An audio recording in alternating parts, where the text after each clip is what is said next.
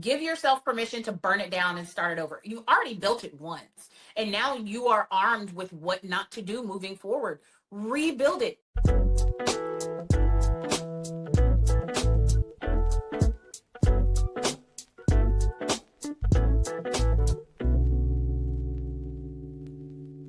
Hey there, welcome back to the Redefining Wealth podcast. Of course, it's Patrice, and I have another amazing episode for you today. Let's just be real. Can we be real? Do you realize that even the most accomplished, high-performing women can secretly carry shame and limiting beliefs that will chip away at their confidence, their clarity, even their identity? And the truth is, success just doesn't cancel shame. Achievements don't erase some of the limiting beliefs or limiting stories that many of us were brought up with. And if we don't deal with the root, the fruit of our lives will always be impacted.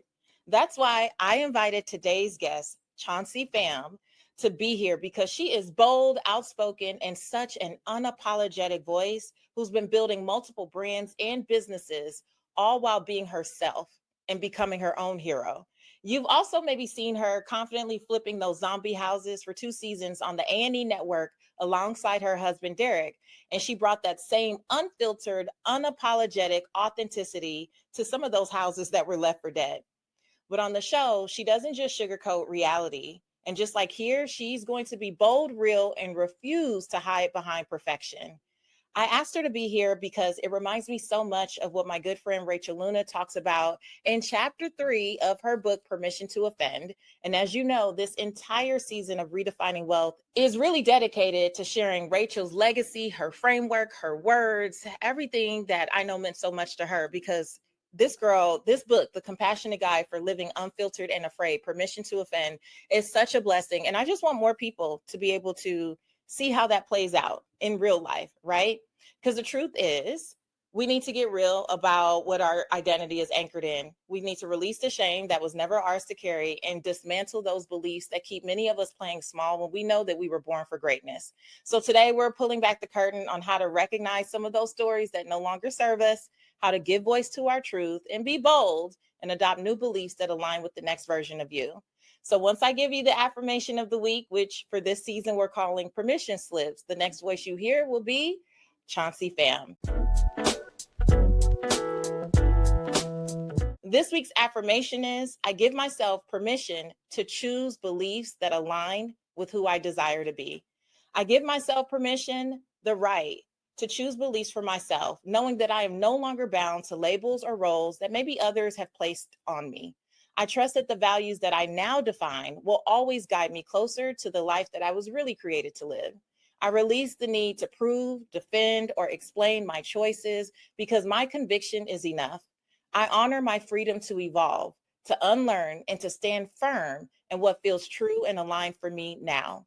I walk in the certainty that when I choose my beliefs for myself, I choose my own power. Declare with me today, I give myself permission to choose the beliefs that align with me now. Welcome to the Redefining Wealth podcast, Chauncey. Hi, thank you for having me.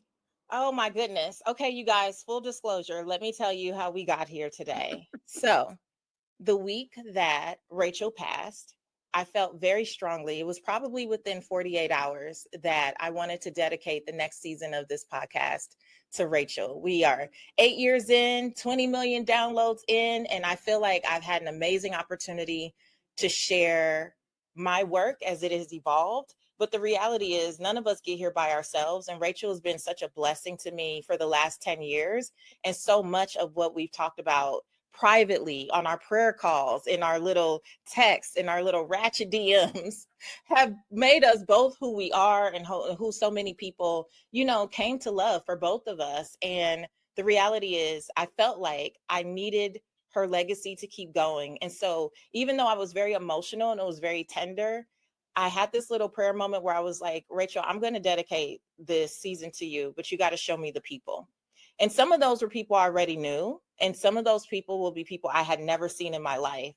And true story, I opened my phone and I have never in my life, I don't know how I even saw this video of Chauncey, but I immediately felt in my spirit, that's one of those people.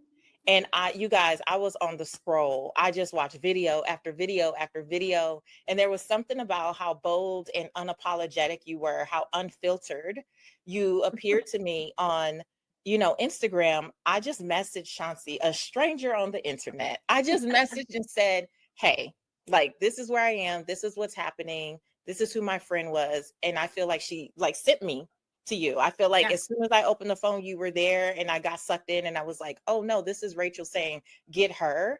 And you replied and said, yes. Why did you say yes to a stranger on the internet? I have no idea. I get so many wackadoodle messages from random people, and messages are always in that extra box that you don't check, especially when you're not friends with people and you haven't conversed with them. And so for some reason, I checked that box. I never check it, and I read your message, and I just decided to respond. I was drawn to you for some reason, and to respond to you for an unknown reason, because I swear to you, just with what I do, I'm constantly getting messages about random things. And so I definitely think it was some sort of divine intervention that our paths crossed at the moment that they crossed. And so I'm very appreciative that you've invited me on, and I can't wait to spill beans. Yes. Oh my gosh. I am too. And I've had those moments, just those, like, I call them like God winks, but just those random things that Yeah. happen and you can't explain And the it's not why. random. And It's not we know random. it's not random, right? And you're just pulled in that direction. So I'm so grateful that you said yes. And I want to get straight to it. How do you have the audacity to be as unfiltered and bold as you are?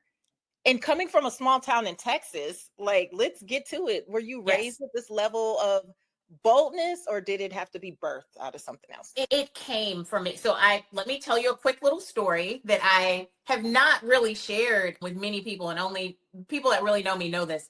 So when I was 13 years old, so first off, understand I am from a small town in East Texas, but I grew up in elementary school in the Dallas-Fort Worth Metroplex, and I had to test into a private school. When I tested into that school, I ended up skipping a grade. So fast forward to me moving back to East Texas, I was always younger than all of my peers, but I just let them assume that I was the same age as them. So I had this kind of this thing where I acted more mature. I was just around older people. So nonetheless, at 13, I snuck out of the house with my boyfriend. Okay. And my boyfriend didn't know my real age, because no one knew my real age, because I had skipped this grade. Okay. And I was kind of new in town. So I snuck out of the window, got in the car with my boyfriend, who at the time was like 16, 17, somewhere there. He stole his mom's car, went to the park. There were steamed windows involved, all that stuff, right? Not recommend, 0 out of 10 girls. But then the cops pulled up on us, knocked on the window. Because the town that I lived in had a curfew ordinance, he was old enough to evade any type of trouble. I was not. So I got put in the back of the cop car. And on that drive home, activated who I am. And this was the start of me understanding the power that I had in just being me and being unapologetic, and the power to persuade and influence. Because in the back of that cop car, I took action and I said, hey, I'm a good student. I'm really good. I'm really smart. I started telling this man everything about me, okay, and how wonderful I was. And I got about a block away from home, and I tried to convince him to let me out of the car instead of taking me home and just watching me walk back home and climbing back in my window. He stopped the car a block away from home and looked at me, and I almost had him, right? But he said, okay, I almost would let you do this, but I would want someone to let me know if my daughter had snuck out of the house. But you just stand back at the car. Let me handle your parents. He goes up to the door, talks to my parents, and the man flat out lied for me. He told my mom and dad that I was just out with some friends doing what kids do, but he just wanted to bring me home to make sure they knew that I had a way out of the house, all of that, but to go easy on me. But he did give them a curfew violation ticket. So fast forward a couple of weeks, my mom is pissed off at me. Every time she looks at me, she's like, you just hot, and then got me a ticket I can't pay for. And I'm like, this entire time that she's berating me for my behavior, she doesn't realize that she's motivating me to prove her wrong, because that's just who I was at the time. So I go down to the library, I gather all of these studies about how curfew violations and how curfew ordinances are totally ineffective. I get letters of recommendations from my teachers. I collect all of my report cards. I'm 13 years old. I put all of this in a manila folder, and the day that we have to go to court and we go before the judge, I pull this folder out of my backpack and hand it to the judge. Long story short, the judge looked at my mom and said, I don't know if you know what you have on your hands here, but I'm going to throw this ticket out. And he appointed me as the prosecuting attorney to teen court, where I then learned all about the legal system. I then learned all about social currency, about influence, how all of my peers, when they would get minor in possessions and curfew violations, how they would come to me and ask me for advice and help. And I learned at a very, very young age how to navigate problems. And I learned that showing up as yourself and showing up honestly as yourself is the best way to navigate through those problems and create solutions. And I have not been anybody but me since that moment. Girl, girl, I absolutely love this. Okay, but has this always been well received, or have people try to shame you for showing up as yourself? That's not my concern. I like me. Your like is extra.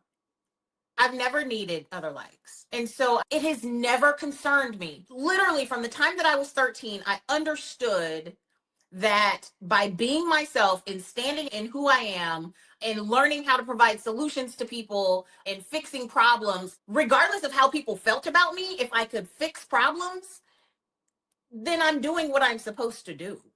And so I've just never concerned myself with what people thought about me. I just haven't. So then your identity is being the fixer. Yes, my identity is being a fixer. My identity is being a solutions-based person. Everything that I do is about finding a solution to problems. Every conversation that I have, I'm listening for the rock in people's shoe, and I'm always either trying to be the connector to who can fix their problem, or I'm pulling into my bank of solutions to see how I can help people, which is why I've been pretty successful at being an entrepreneur, because I'm constantly searching for solutions to fix people's problems. So what happens when you run up against a problem that you can't fix? There isn't one. Ooh, tell me more. There aren't problems that we can't fix, because we can either fix problems directly or indirectly. And so I pride myself in connecting myself to so many different types of people with so many different types of backgrounds. So if I can't directly fix a problem, then indirectly I can fix it, because I'm going to connect you to the person that can. The only types of problems that we can't fix, which my biggest fear in life is really health problems. You can't fix a health problem, right? That is beyond your control. So when I speak of problems, I'm talking, money problems, business problems, relationship problems, all of those problems, we have the capability to fix. I just don't think that people are looking at things from the right perspective to fix it. Right. So one of the things that I always say at Redefining Wealth is that we act as if we don't have choice, as if we don't have option. And anytime we sit in this space of feeling like we're obligated to literally sit or be stuck or not make a choice, right? Like we choose our own suffering. I feel like we don't have to live from obligation. We can live from option and choice. And there's always a choice. But what I found, Chauncey, is that people don't want to deal with the consequence of said choice. Like some of the consequences are not always exactly what you desire. Right. So what happens when you support someone in fixing and it doesn't go exactly as they plan? Even with your background as a house flipper, right? Things don't always go exactly as planned, exactly as you see fit, or on the timeline that you desire. And that's the thing that keeps most people from even starting, is like, well, I don't know if it's going to work out how I want it to work out, so now I'm just not going to do anything. What do you say to people who operate that way? Myron Golden is one of my favorite speakers, and he said something one time that makes total sense. He says, getting in a car and traveling to California, or traveling to a place that you've never been, if you had to see the horizon and see the edge of the city or see the edge of the place that you're traveling to before you would get in the car and drive, then people would say that you're crazy. If you audibly said to somebody, you know what, I want to go to California, and I want to drive there, but I'm scared to drive there because I can't see the horizon. And I don't know what the city's going to look like on the other side once I cross over. People look at you like you're crazy. I look at problems and going into new ventures and traveling into unknown territory that same way. Until you get into the car and until you start traveling toward that destination, you're never going to see the horizon. And then you're never going to see what's on the other side. And I think that I have this balance of being fearless, because the worst that can happen is what's happening right now, right? I'm fearless in that regard, but I also crave fixing things. And so if there is a problem on the other side of the destination, then to me, that's just another opportunity to create something else. I push people, nothing's ever going to go as planned, but all that is more opportunity. It's not challenge. So when you start looking at the things that you would typically perceive as a roadblock as an opportunity, then your mindset really shifts toward running into the fire. I know somebody just heard running into the fire and said, I don't want to get burned, Chauncey. I don't want to get burned. That's an opportunity to fix something. So is there a time that you've been burned by kind of running into the fire, and how did you navigate that? Yeah, of course. We've all been burned. I would say for me, being emotionally burned is a bigger deal than what people would traditionally perceive as being burned, right? Most people think in business being burned is like somebody coming into your business and taking a trade secret, or, running up the bill or suing you. For me, it's an emotional toll. And so when I first got into real estate, I was just an agent, and then I opened my own brokerage. And then I went to a brokerage where I was able to build a large group of agents underneath me that I coached, trained, and mentored. And that's where I felt burned, because I went years and years where I would sacrifice time with my family, and I would answer the phone at dinner time. And I was constantly feeding into these people lots of education and time. And it was never reciprocated. Because I am a fixer, I have this odd maternal instinct to want to nurture and help people almost to their demise. And so I've been emotionally burned, and I've almost felt resentment toward helping people. And so then you ask, how do I fix that? I had to fix myself.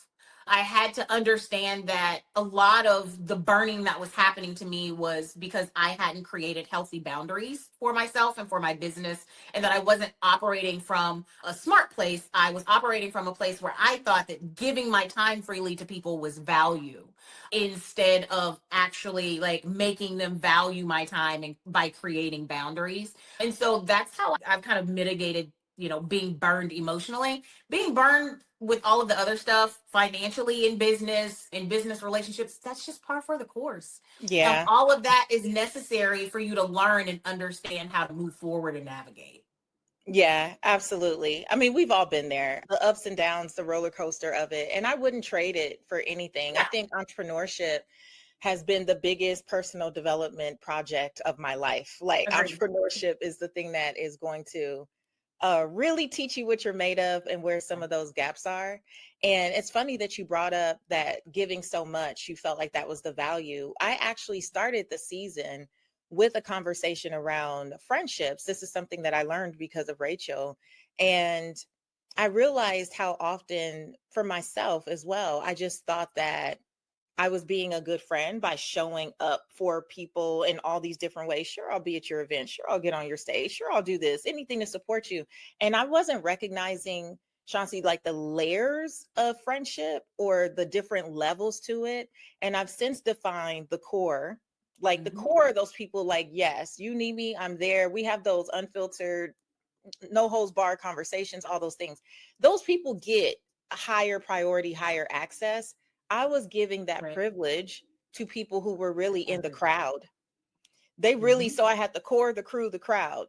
The people in the crowd really were just acquaintances that had way too much access. And I had to take a step back too and go, what is my governing decision around friendship? So it's similar to boundaries. Sherry Salata, who used to be the executive producer of the Oprah Winfrey Show, did a training for my community, and it was about understanding governing decisions and making sure that we set these decisions up before we even enter relationship or spaces with people. So it's not based on like who you are, it's not based on any of that. It's either it aligns for me or it doesn't. Yes. Like, and that's it. But oh, so good. So good. I asked you before if people had tried to shame you. I like you are so bold online. I can't imagine that you don't get trolls. Not really. I mean, I get them occasionally, and I just troll the trolls. Okay, let's talk about it. What is trolling? I just troll the trolls. I'm not afraid of anyone challenging me because when I say something, I mean it. And I mean it with my chest, and I mean it with everything in me. And because I do mean it, I'll defend it. And it doesn't mean that you have to agree with me. I'm okay with you not agreeing with me, but this is how I feel. And so, yeah, sure, there are people that disagree with me, and oh, that's fine. We both can't be right. It's fine. Somebody has to be wrong. So I tend to, troll the trolls when people have been really mean to me. To give you an example, which I had to take these down for a television show. But what ended up happening when I was on the show, they did not advise and give any heads up to the audience that they would be changing the cast on the show. The show had been on for 4 seasons previously with a cast that didn't necessarily look like me. They were a different demographic, and the audience was all in Florida. They were retired people. And so when I showed up, that was very jarring for the audience. And so I got a bunch of negativity in terms of emails and text messages, because don't forget, I'm in real estate. My phone number and my information is everywhere. Right. So I got harassed. And at first it bothered me just slightly, just because I was taken aback by how much came at one time. But instead of pulling the covers over my head and crying about it, I made t-shirts that would say stuff like, you're a loud, fat black bee, and then I would put Cheryl from Facebook. And I would wear them in my videos. I mean, so if that's what you mean. Yeah, well, Cheryl, you wanted people to know. I definitely see, my fair share of trolls, but they don't troll me that much because they know I'll troll them back harder. And that's how we should interact with people in general. I have a very hard time with women not harnessing our power and feeling like victims in a lot of situations when we can just turn everything right around on its head. Again, there is not a problem that you cannot solve. So even online trolls, someone in person with an altercation, like if you play the right cards with your psychology, you can always turn it around on them. And so that's what I do. First of all, the t-shirt is hilarious to me. Like, you're planting They made me take here. them down. They made me take down all the posts with them. But it makes me think of, you said, something that really gets you is women not harnessing their power in that way. And in chapter 3 of Permission to Offend, Rachel uses this phrase. It's kind of like an exercise, if you will. And she says, when you feel yourself coming against like a limiting belief about why you can't do something, say, I can't blank because blank. And so in that instance, I know, and I've experienced this for myself, especially, back in the day when I was on like a nationally syndicated show, and I was like, always like, well, I also represent this or represent that. I don't know. And I would say, well, I can't cuss people out because if you're not watching and you're listening, you should see the face. But that was just the programming. Like, nice Right. girls, I can't do this because I want to be maybe perceived as this, or I can't do that because of this. And what I hear you saying, and I love that Rachel gave us that one liner, because I know that someone's listening to you and thinking, well, I can't respond to someone the way I want to, because then they will think XYZ. And it's usually the because is the thing that becomes the limiting belief. The because is the thing that stops us dead in our tracks, even when we know exactly what we desire to do or what our soul wants to do. Yeah. We're the ones who muzzle ourselves. Correct. In favor of like self-abandonment in order to please everyone else. No. Let's talk more about that, because I think that I know that even successful women come up against that. There's little instances of that day in and day out. I can't do this because, and I can't have this because. What do you say to those women? Oh, I have a hard time almost sympathizing with that and understanding, look, we have one trip, we have one ride, and when it's over, it's over.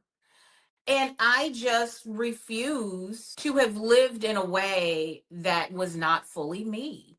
To me, it is more important to have lived and made myself happy and have been true to myself than to have lived in a way where I set myself on fire to keep everyone around me warm. And that's a part of my entire platform, is really empowering women to be that way, to build businesses in that way, to be in their relationships that way. And sure, there's this fine line of compromise, and there's also a fine line of being yourself and not being offensive, and kind of learning that. I'm not telling everyone to just go out and be offensive and isolate yourselves. Not at all. But it is okay to have feelings and stand in it and let people know that that's who you are. So my dad used to always say, when I would get in trouble, he would fuss at me and I would get whatever my punishment was. And then when he would finish, he would say, "All right, I'm done. I slapped you in the mouth. Now I'm gonna give you a kiss in the mouth." And so I've kind of lived by that, where I slap people in the mouth and then I kiss them. And I found that method for me has worked in terms of my delivery of things, whether it's with my children, with my husband, in business relationships. So once you find your method of delivery, let people know kind of where you stand and then kiss them in the mouth. It's okay. Then it's fine. So I think, ladies, that's how we can learn to navigate that space. Yeah, I think that we have this idea that radical honesty has to be offensive. And Yeah, and even it with, doesn't. and it doesn't, even with Mm-mm. permission to offend, the tagline here is the compassionate guide for Yeah. living unfiltered and unafraid. And Yeah. one of my clients, Dr. Lisa, always says radical honesty is loving kindness. Yeah. And the truth is, the kinder thing to do is to be straight up with people.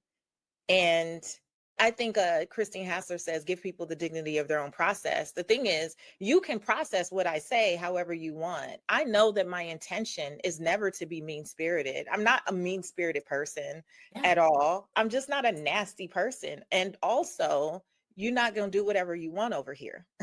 And two things can be true. Two things can be true.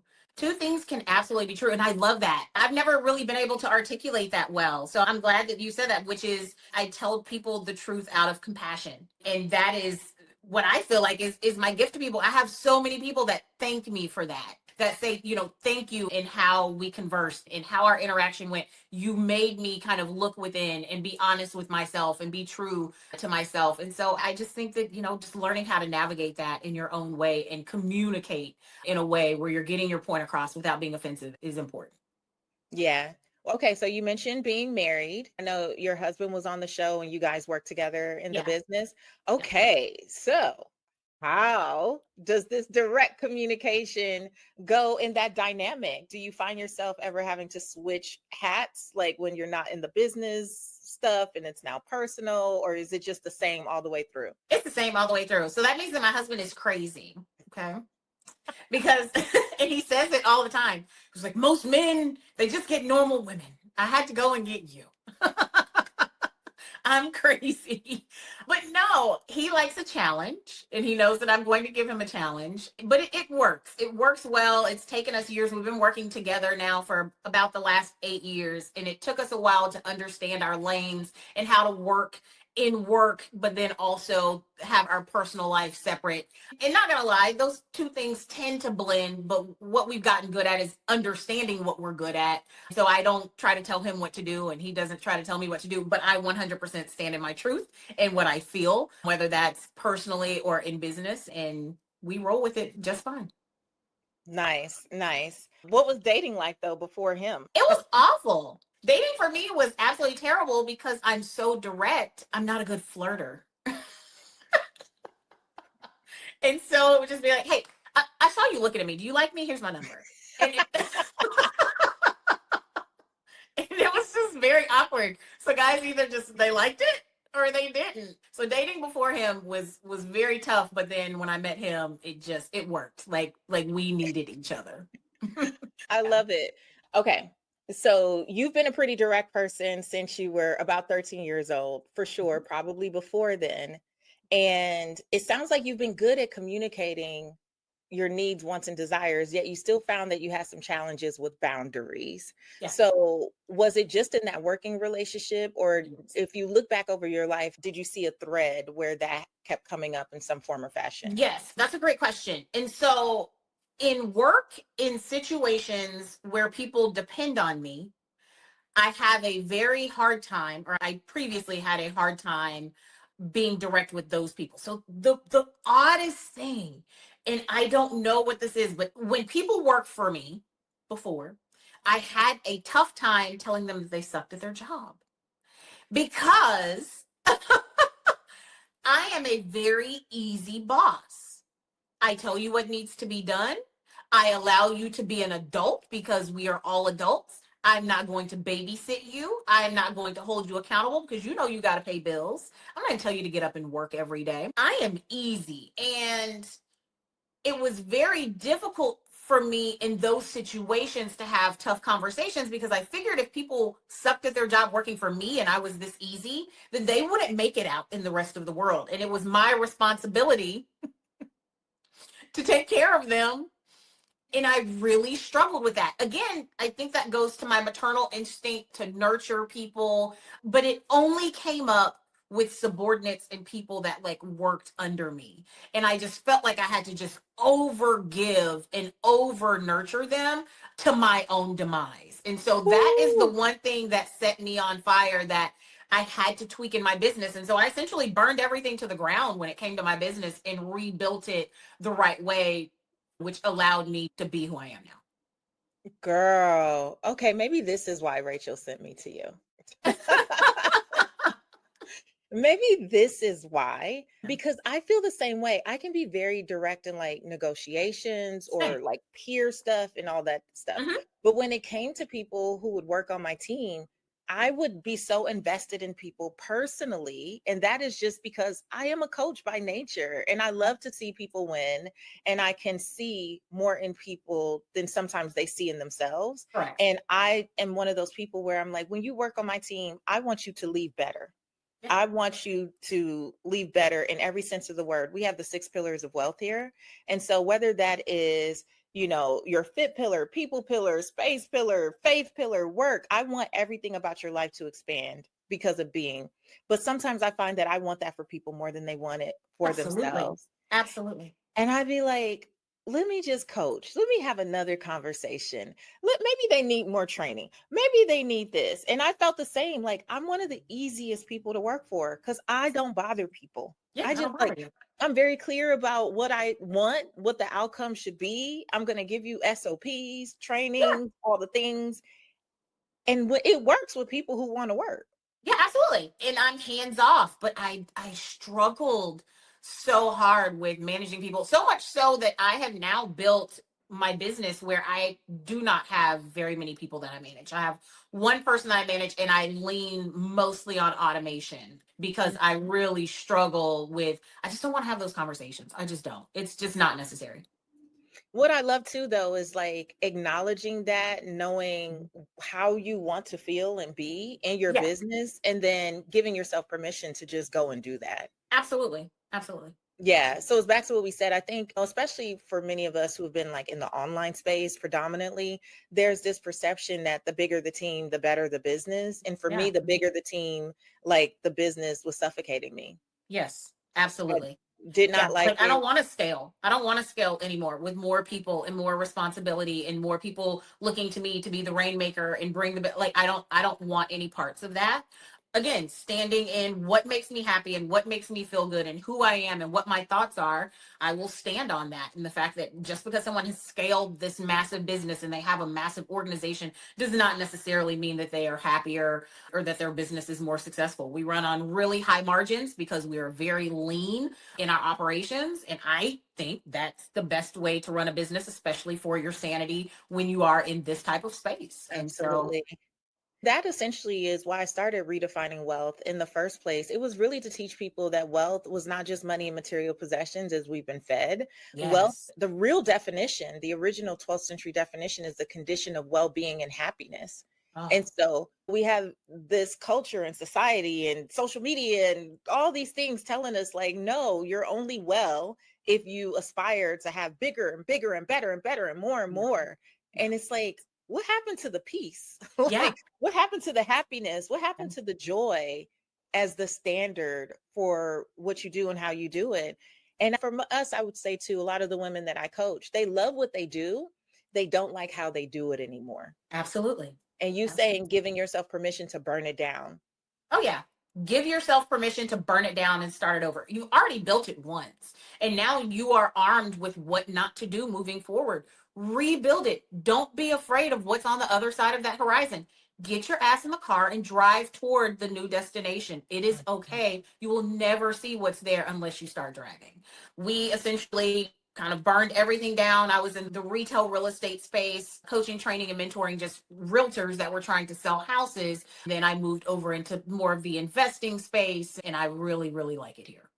Good, good. Do you find now that you're able to burn it down sooner, quicker, faster when Yes. something is not working? Oh, yes. And something's not working, it's done. If I get a sniff of a person that's not working, done.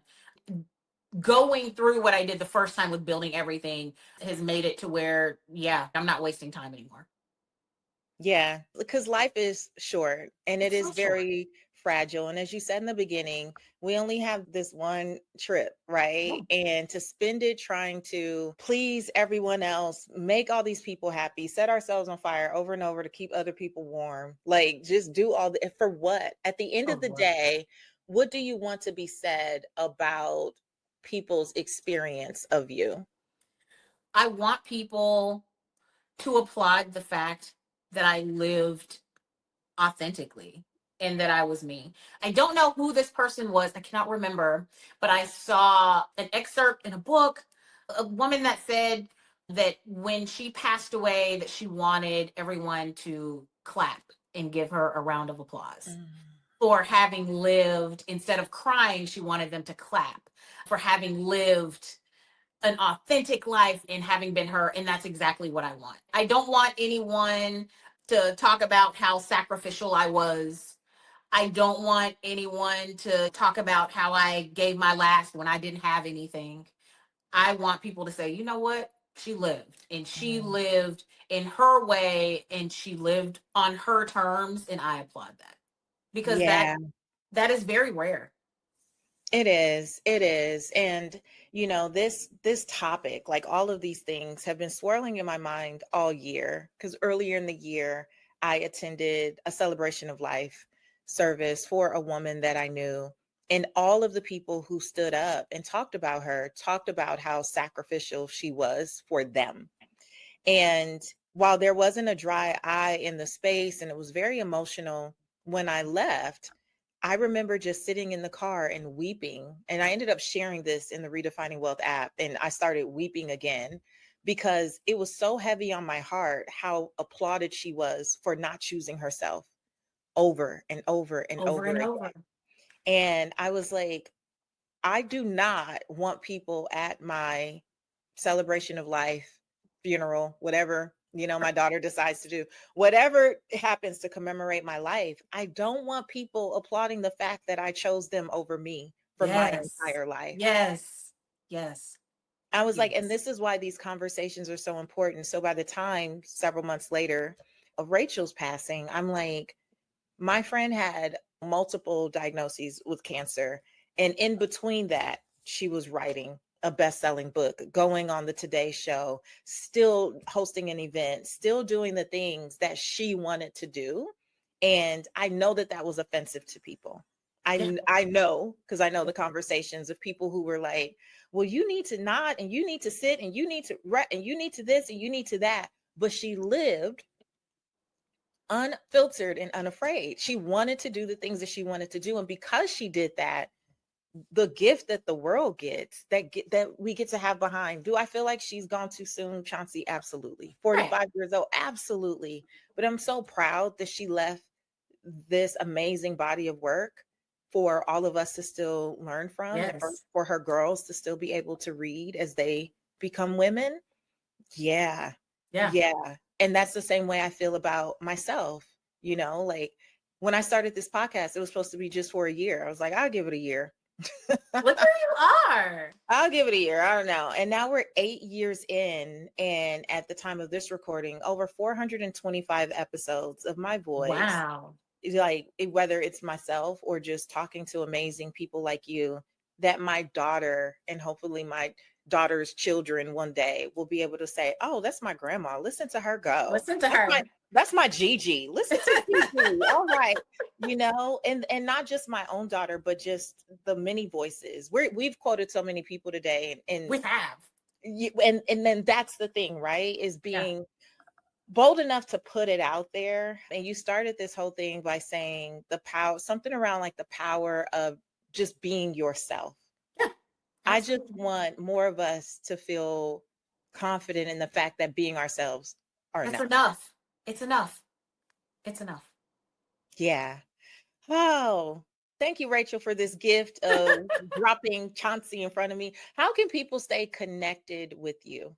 On all of the social media channels. So that's Instagram, TikTok, YouTube. It's _Chauncey show. Then anyone can just go to chaunceypham.com and check me out. I love it. I love it. Thank you so much for being here, for Thank you for commemorating having this me. very special season for me.